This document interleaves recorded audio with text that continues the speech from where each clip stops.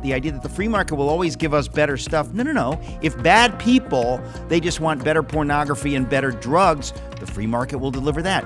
You need virtue in the middle of all of this. You need good people. So if you have basically good people, then the free hand of the market will deliver wonderful things. If you have basically good people, you will deliver wonderful leaders. You'll elect good representatives and stuff. So the idea that we live in a world where we even have to make this case, you'd think that most Americans would already know this, but we don't. Before we get into our conversation, my name is Eric Metaxas, and this channel exists to bring you a biblical perspective on today's news, culture, and hot-button issues. If you're new here or not, welcome, and be sure to hit the subscribe button and the bell icon so you are notified when new videos get posted. I have today as my guest somebody who's been on this program a number of times in the past. David Bahnsen is the founder, managing partner, and chief investment officer of the Bahnsen Group. David, am I pronouncing Bahnsen correctly? Like Johnson with a B, but spelled differently. So it is correct. Yeah. Bahnsen, the Bahnsen Group, a bi-coastal private wealth management firm with offices in Newport Beach, California, New York, managing over $4 billion in client assets. Dave is consistently named as one of the top financial advisors in America. Yeah, we're in America right now, by Barron's, Forbes, and the Financial Times. Frequent guest on CNBC, Bloomberg, Fox Business, regular contributor to National Review and Forbes. And we are thrilled to have you back, David Bahnsen. Thanks for being in. It is great to be back. You know, I was introduced on Fox once as David Bronson of the Bahnsen Group. And I thought that was a brilliant hedge. Actually, that is very funny. Yeah. That's pretty good. Yeah, that's a brilliant hedge. Okay, you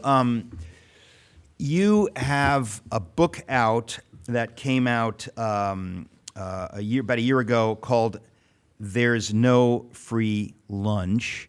That's a famous saying. No. There's no free lunch, and like a lot of those famous sayings, it's famous because it's true. It's the idea is you can't get something for nothing. Be careful. If somebody says, I'm going to give you something for free, ask yourself, why are they doing that? So you've written a book called There's No Free Lunch, 250 Economic Truths. And you have just recently, very recently, launched a video series in which you talk to all kinds of people, including Senator Ted Cruz, about this issue of, free market capitalism, why that's good. And so let me ask you the first, the simplest question of all. We've seen in recent years a resurgence of people talking about socialism as acceptable, as a good idea. I know that it is a very, very, very bad idea. But maybe my first question then is, why do you suppose that in a country like this that ought to know better, we have so many people suddenly open to the idea that free market capitalism is bad for the poor, bad for everybody, and socialism is good? Where does that preposterous idea come from? And feel free to drink some water.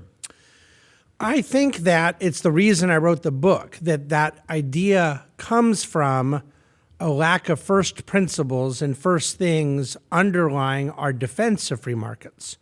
Now, one thing I will say, I try not to use the word capitalism much. And a lot of times people use a word and we know why they use it. This is one I'm trying to push back on a little. Like, I understand the left hijacked the word liberal. I prefer we keep that word. I want a liberal society, meaning a free society. I don't like that they stole that word. But capitalism was never our word. It was Marx's word for the ideology of Adam Smith. Okay, pause. That is something I never heard before. It was Karl Marx who coined the term as a pejorative. Absolutely a pejorative. Capitalism, the capitalists are the one who hold the capital and crush the workers. They are bad. We are noble. It was an implied class envy term and certainly a class struggle pitting those who own capital against humanity, where my entire belief about free enterprise, my entire enthusiasm for what free markets have done to advance the cause of a more advanced civilization, a better society, higher quality of life, is rooted in the human person.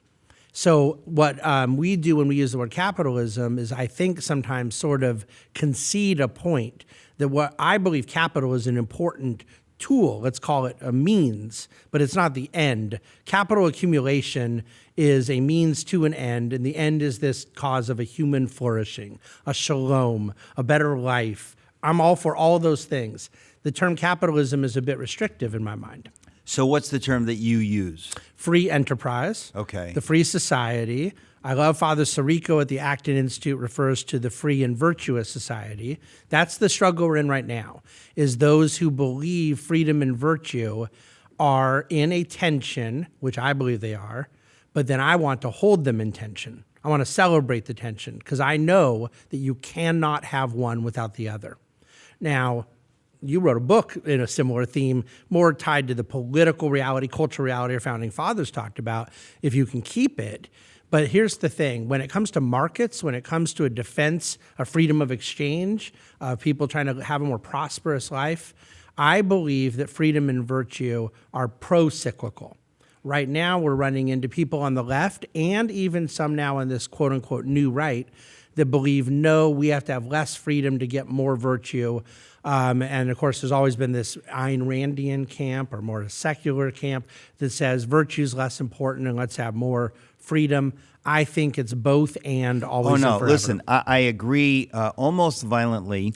And I do, in my book, If You Can Keep It, The Forgotten Promise of American Liberty, I do mention the the market aspect of this because to me, listen, this is one of the reasons it's a joy to have you on the program here because everyone needs to understand this. This is basic. It's as basic as it gets. Everyone needs to understand that people can elect, everybody voted, and we chose a dictatorial monster. In other words, unless you have virtuous people operating, the kind of free government can quickly eat itself and destroy itself. Similarly with the market. The free market, the idea that the free market will always give us better stuff. No. If bad people, they just want better pornography and better drugs, the free market will deliver that. You need virtue in the middle of all of this. You need good people. So if you have basically good people, then the free hand of the market will deliver wonderful things. If you have basically good people, you will deliver wonderful leaders. You'll elect good representatives and stuff. So the idea that we live in a world where we even have to make this case, you'd think that most Americans would already know this, but we don't. And the reason why is, how do people become good people, Eric? This is a fundamental difference. It is theological, but I'll ignore that. It's philosophical. The left believes man is born good and becomes corrupted by bad things. Whether these days it's race and class and gender, where people of my worldview, your worldview, believe that we were born with original sin and moral formation comes from family, church, community. We have to have institutions that help form people morally. So do you get better institutions to create better moral formation with less liberty or more liberty? Or more liberty? See, this is the problem. If you take away liberty as a way of trying to promote virtue, you're going to undermine virtue. Because, I'm sorry, you're not going to keep religious liberty without economic liberty.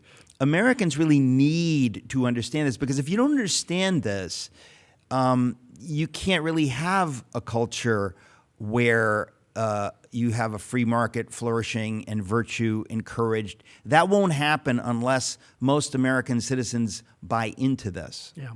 So there's a quick history that I think has played out in recent times. This wasn't super controversial when Reagan was president. The economy was booming. There was a general enthusiasm for markets. There was a general patriotism in the country. And people say, well, how did Bernie Sanders and AOC become mainstream figures? And it's very easy for me to identify. It was the financial crisis. We predicated our defense of markets for so many years, not on the morality of markets, not on the advancement of the human person, not on that markets facilitate their being created in the image of God with dignity to produce things. We defended markets on the basis of they're more efficient. And they are, But then all of a sudden the financial crisis came in and caused people to rethink it. And Bernie is a very capable spokesperson for socialism. He's funny. He has that kind of shtick about him. The media jumped onto him. AOC is young and charismatic and use social media effectively. So it doesn't surprise me at all that what I thought was settled in the 20th century, the failure of totalitarianism, of Marxism, of socialism, that it got a second wind post-crisis. But I blame us. I blame the right for defending markets the wrong way. I think efficiency is a pragmatic byproduct of markets. So they distribute risk and reward. They allocate resources better than alternatives. But fundamentally, I start with the fact that all people, not 53% of people, all people were created by God to produce. That if there'd never been sin, I still think there'd be an iPhone. I still think there'd be a modern transportation system because God made us to just use our imaginations that are elevated. He created us very good. We're better than the animal kingdom. We're better than the vegetation. We have souls. We can create beauty. We can add our ideas to the raw materials God gave us. That's my starting point for defending markets. Well, it's interesting. Speaking as somebody who I would describe myself as politically conservative, theologically conservative, there's nothing worse than people sort of on your side disagree on some fundamental. In other words, if somebody says, I'm pro-America and I'm pro whatever it is, Trump or GOP, or I'm pro whatever but they don't do it in a way that does justice to the heart of why I love America. Yeah. They're kind of like, America is better than the other countries, and in other words, it would be America. How do I put this? In other words, my idea of why I love America is because America has always been a nation for others, because America has always held up the torch of liberty for everyone. It's an idea. It's a beautiful idea. It's not a America first and only and let everybody else drop dead. On the contrary, if we are great and strong in this country, it will end up blessing those beyond our shores and more people will come to our shores.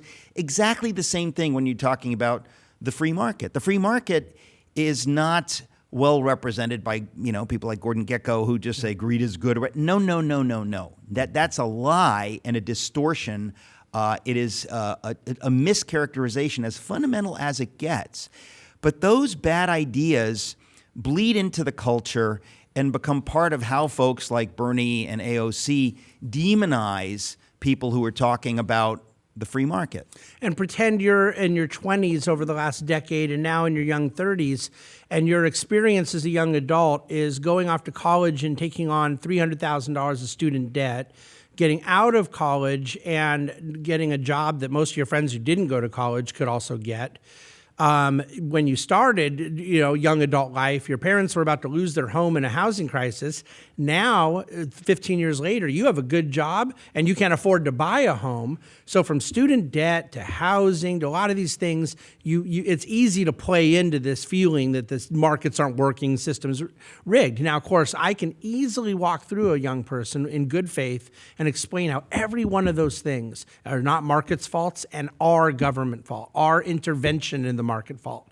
But you have to have that conversation. I try to do it winsomely. I want to be one of these people who's persuading folks, not fighting with folks. But you mentioned about our love of America needs to be rooted in idea. And sometimes people getting the right conclusion but with wrong premises is more dangerous.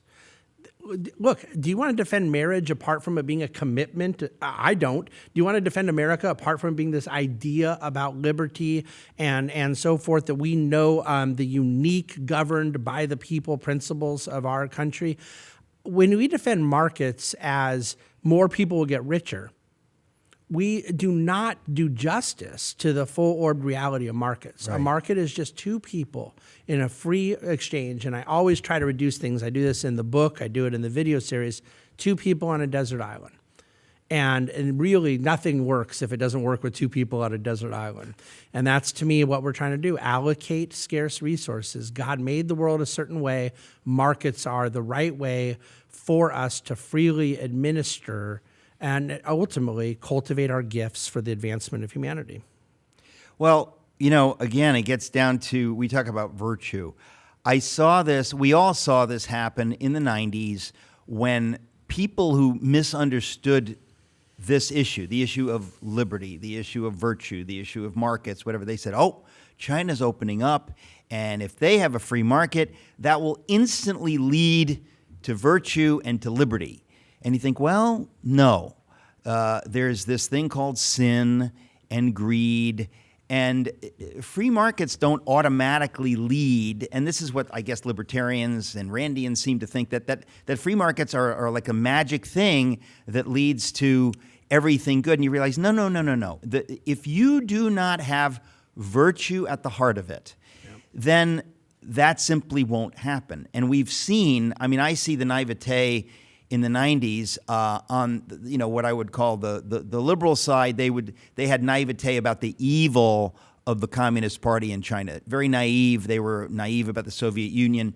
On the right side, it was naivete about what the markets can do apart from virtue, that they're just automatically going to deliver freedom to China. There's no stopping it. Now, 20 years later, 25 years later, you look at it and you think, how'd that go? Yeah, and I would argue that anyone who believed economic freedom automatically created political freedom or civic freedom needs to study history better. But see, Milton Friedman, who's sort of the patron saint of defending markets in the 20th century, already told us that economic freedom does not automatically. However, Eric, it is a necessary condition. Oh, I would certainly agree. Oh, absolutely. But it is necessary. Yeah. And so all things being equal, I would like totalitarian countries to have economic freedom. And I would like it to parlay into greater political and civic freedom. But the notion that we'll automatically do so is, as you say, naive. Now, within our own country, which is my greater concern, I'm not as concerned about China acting like China as I am America acting like China. And okay. Even though it's on great, very important statement. Yeah. Very important. And unfortunately, we're living in a time when, even a few years ago, this was not the issue that it is today. This is very serious, what you just said. I think that it's it's a bigger issue of responsibility here because the Chinese people know not what they miss, and America knows darn well what is being taken from it at different moments in time, whether it was the religious liberties taken away during the COVID atrocity or the kind of marginalization of economic freedom that we continue to live through and tolerate. And to those who much is given, much is required. We started in this country with the trifecta of liberty from civic, political, and economic, and to surrender some of it is far more problematic. Let's talk about that concept when somebody says there's no free lunch. Talk about that. It was an expression that Milton Friedman didn't actually write a book titled it, but he had written a paper, and it was a figure of speech he put into play in the 70s. I actually never knew when this was originally coined or came into the culture. Well, I did a lot of research on that, and our friend Amity Schlaze interviewed me on C-SPAN, and before that, I know Amity's this great economic historian, and I wanted to know something she didn't know, and I researched the heck out of this. It was an El Paso newspaper in the 1930s had used the expression, there's no free lunch, and then it kind of got a little play in the culture after that, and then Milton Friedman made it more famous. But it is indeed referring to the idea that you can't get something for nothing. But I would add, you can't get something you want without getting rid of something you want. And that this is one of the rare things in life that kids seem to understand better than adults. Kids on a playground know if I trade my bubble gum for a baseball card, I get the card I want, but I'm going to get rid of the bubble gum, and that's sort of the way the trading works. Where adults, particularly in matters of public policy, talk as if we can just do a big social entitlement and there's not a trade-off. Now, maybe the entitlement's the right thing to do. Maybe closing down the economy is the right thing to do. Maybe a particular government expenditure is the right thing to do. But don't act like there's not a trade-off. So that's really... Be clear about what you are trading and stop pretending you're trading nothing and there's this free money that we're going to give you. And why is there such a thing as trade-offs? Because God made the world with scarcity. And that's not a byproduct of sin. Adam and Eve are in the garden. There was not unlimited fruit, right? There was a position of vulnerability. It wasn't sinful, but there was a need to allocate scarce resources even before there was sin. So we've been dealing with this throughout the history of humanity. Mankind, a household, is to figure out how to allocate resources. That's what no free lunch means. That's what markets fundamentally are about. So one of our scarce resources is time. So we determine how much time we're going to put into work endeavors to achieve the means to provide for our families and do different things. There's a series of trade-offs. For myself, I'm a pretty busy guy. I have a successful and busy career. I miss some sports games every now and then for my kids. That's a trade-off versus some other things I'm working on. But then, you find ways to kind of have the life you want to have and honor your family commitments and all that. That's the way the world works until it gets to policy. Then all of a sudden we act like there is a free lunch. And I believe that that's really what we have to do is apply to the micro, our own lives, and the macro, the society, this concept. I mean, I just have to, butt in and say that usually when the government says, we're going to give you something, it is a despicable lie. And I want to be very clear. It's a despicable lie. They are basically saying, you're stupid, and we're going to try to fool you. We're going to bribe you. We're going to give you, we're going to forgive your college debt, or we're going to give you this or that. You'll vote for us, right? And you won't think through what the cost will be. You're just thinking, I'm going to get something for nothing, and you're going to vote for me, and I'll get to stay in power. It's so cynical. It's so anti-American. It's anti-American on several levels, on the contempt that people with that mindset have for voters. It's just so dark to me that they would do that, knowing cynically that if they have, the levers of information and media, that they could probably get away with it. But the idea that somebody like Joe Biden would actually think that people are going to go for this is how I'll get reelected, and by the way, I know this doesn't work. I mean, we have to believe that many people who are pulling these schemes, they know that there's a price to be paid down the line, and they don't care. Oh, I think the political class is well aware that there's a price to pay, and I do not think they care at all. The part I'm not sure about is if it's true that the voters themselves understand it. I think oftentimes they don't. No, that's exactly what I'm saying. In other words, I think that you have cynical politicians saying that I know that I can fool enough people. And what a good politician would do would use his bully pulpit to educate people on how things work, to reason with them together, to help them make the right choice. But that's not what you see. On that example of the student debt forgiveness is a particularly egregious one because we're talking about forgiving something, it's already been paid for. And that's the whole thing here is there is a bad guy, and we're lying about who the bad guy is. Are those universities giving the money back? Are those administrators that just hired 750 new diversity officers while they lay off all the faculty that actually are supposedly supposed to be teaching? I mean, the educational product has become a joke, and the finances that are supporting it are outlandish. And with all the talk of debt forgiveness, just basic economics, they got paid and they keep the money. There's no forgiveness. It's so cynical to me. It's not respectful of voters and American citizens when someone, behaves like a socialist dictator, like Evita Peron or whoever it is. We'll give you what you want. Just shut up and vote the way we tell you to vote. I mean, that's the way Boss Tweed and Tammany Hall operated. The immigrants would come off the boats and they'd be like, you want a job? Play ball with us. Vote the way we tell you. It's the antithesis of the way America's supposed to work. You see the same thing happening on the southern border. You've got people taking advantage of people coming into the country and saying, we're going to do things the way it was done back home. We're not going to do things the way we're supposed to do them in America. We're not going to educate you to think for yourself and make the right choices. We'll tell you what to do, and we'll give you what we think you need, and you'll shut up. Yeah, I wish what they were trying to offer in a trade-off was a job.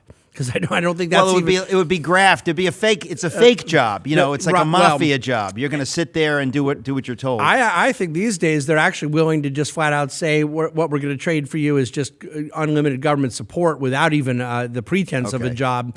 But here's where these first things and the right premises that we talked about a couple segments ago matter. Why should I, if I were a college student struggling with an excessive amount of debt, not believe it's a good thing for the government to give me the money to pay off the debt? Well, here's the thing. The government doesn't have any money unless it takes it from the private sector. Now, I believe we have to have a government. I happen to believe in a limited government, one that is within its constitutional parameters, and I don't think the government that I'd like to see would cost as much as the government we have. However, there's some legitimate funding and need for government. I agree. I don't know anybody who would disagree with that. Yeah, you get a few fringe, anarchists and things out there, but that's not us, okay? However, I view it as a trade-off. That every dollar we take out of the private sector to go to the necessary funding of government is a dollar we better be able to rationalize, because it's taking a dollar from the productive element of the economy. What do I mean by that? God made us to be producers. We were made with reason. We were made to respond to incentives. We can be creative, productive, and innovative. Where did we get that from? Well, we're made in the image of God. He's creative, productive, innovative. He gave us those characteristics of His. And then when we have money go to the government sector, they lose creativity, they lose incentives, they lose productivity. Now, we need some of that. Let's have a military, let's have the legitimate functions, a judiciary system, whatever the case may be. But when you start talking about forgiving debt, what you've done is extinguish productive capital. You've extinguished opportunity for someone to start a small business, to respond to incentives, to run a new marketing campaign in their neighborhood, enterprise, whatever the case may be. We take money out of the private sector. It puts downward pressure on growth. This has been happening now for 15 years. We're living at about half of our average of economic growth that we've had for 70 years. What? I didn't know that. We averaged 3.1% real GDP growth from World War II until the financial crisis. We've averaged 1.6% since. It's totally unacceptable. Okay, and now what happened after 2008 that made this? There's no question. Excessive government indebtedness. It puts downward pressure on productivity because more of the economy is needed to fund government, and the government is less productive than the real economy. Then you add zero interest rates from the Fed. You create incentives for people. I don't want to get too technical, but it doesn't make for smart capital allocation. People aren't going out inventing new things, starting new factories, producing new great businesses when they figure, look, interest rates are so low, I can just leverage up current financial assets and do fine. It's what Japan did. And Japan's been living for 30 years with no or low or slow economic growth. America's entering that period. We used to at least have more babies, but now we're trying to go to Japan's level there as well. We've gone from 2.1 kids per household to 1.6. So we're going to start limiting our population growth. How do you grow an economy with a declining population and declining productivity? You don't. So in case you're scoring at home, that's why I'm pro-life, among other things, pro-family, among other things. These things are all related. There's no question about it. When we talk about God's vision of flourishing, shalom, all of these things are related. Absolutely. And the idea that we can have just this and not that, and just this and not that. So people need to understand what real liberty is. We're not talking about anarchy. We're not talking about being libertines. We're talking about a view of liberty that helps everything else flourish. Virtue is at the heart of it. And you can't get away from the markets. That's a big piece of it. But you're saying that in 2008, the government decided just to spend more and more and more money to get us out of. Well, we had been slowly growing our national debt and government expenditures before 08. Right. But then at the point of 08, you let a lot of steam out of the engine, right? We delevered so much of the economy because of the big credit crisis, housing crisis. That financial moment blew a lot of things up. And then ever since then, we've been way off trend line growth. That's really where a lot of the populist angst came from. That did create the Trump phenomena, Brexit, other uprisings around the world. The whole world is dealing with subpar economic growth. So, well, how come? Well, there's people on the left that want to treat it with Bernie and AOC, and there's people on the right that want to treat it with populism, anger. I want to treat it with liberty and virtue. Okay. I want to treat it with a restoration of market principles that I know work for healthy formation, healthy communities. Well, that's where we differ. I'm for anger and populism. Yeah. Actually, it's interesting because I don't know that those would need to work against each other. I know the worst of when you talk about anger and populism, but it's interesting to me because I think that how we deal with this and how our leaders perceive this and deal with it. So can I respond to that? Please. I am all for what populists are upset about when they are rooting it in the right thing and handling it the right way. Right. All I mean by populism is that it's a tautology. It's embedded in the definition. Right.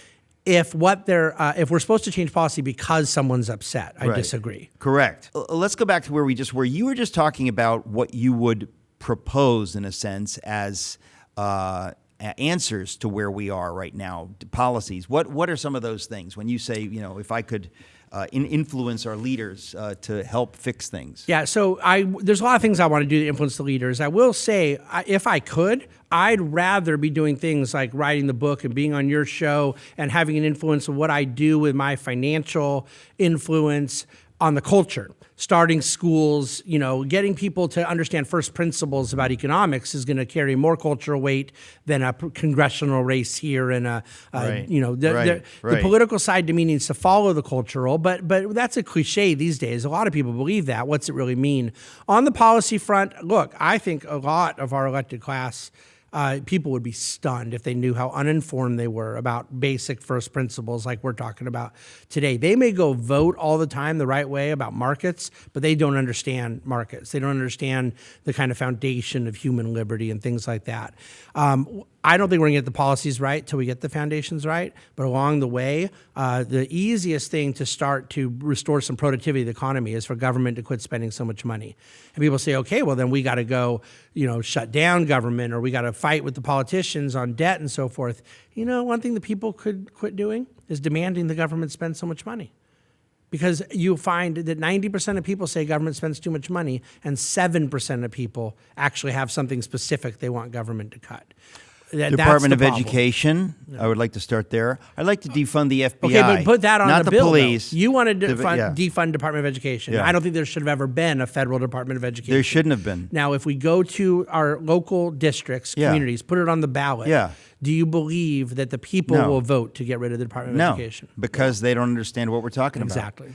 But I think it's interesting because we don't have time really for this conversation, but I feel like Trump understood some of this in a way that other politicians didn't. So he gave me hope in a sense. And now when we see what, the so-called deep state, you realize there's this vast bureaucratic state, whether it's the uniparty or whatever you want to call it, you just think like, how did we get a government huge, so huge that we don't even think about the Department of Education? We kind of take it as a given. We take it all as a given. And is this the founder's vision? Is this going to lead to, the flourishing we're looking for? I think that it's inversely related to self-government, to virtue, the thing we started off our show talking about. Right. Out of the New Deal, out of the Great Society, we were willing to give the government more power because we were willing to abandon some of our own responsibilities. And since the sexual revolution, what's happened over the last 50 years is so much of our sort of traditional values, our regard for community has been abandoned, and we have invited, because the people wanted a king, 1 Samuel 16:7, we've invited more federal government in place of where we previously had institutions like family, community, church, synagogue, etc. I mean, I think the idea that we are in the crisis in which we find ourselves, not just economic, but cultural on every level, is potentially healthy in the sense that I believe it is waking people up who otherwise would have not been willing to even entertain waking up. They thought, we'll just let it ride. But I think when things get as bad as they are, some people say, okay, wait a minute, now we need to do something. So that's a longer conversation. David Bahnsen, a joy to have you. Again, folks, No Free Lunch is the video series. We recommend it. No Free Lunch. David Bahnsen, thank you very much. Always so much fun to be with you, Eric.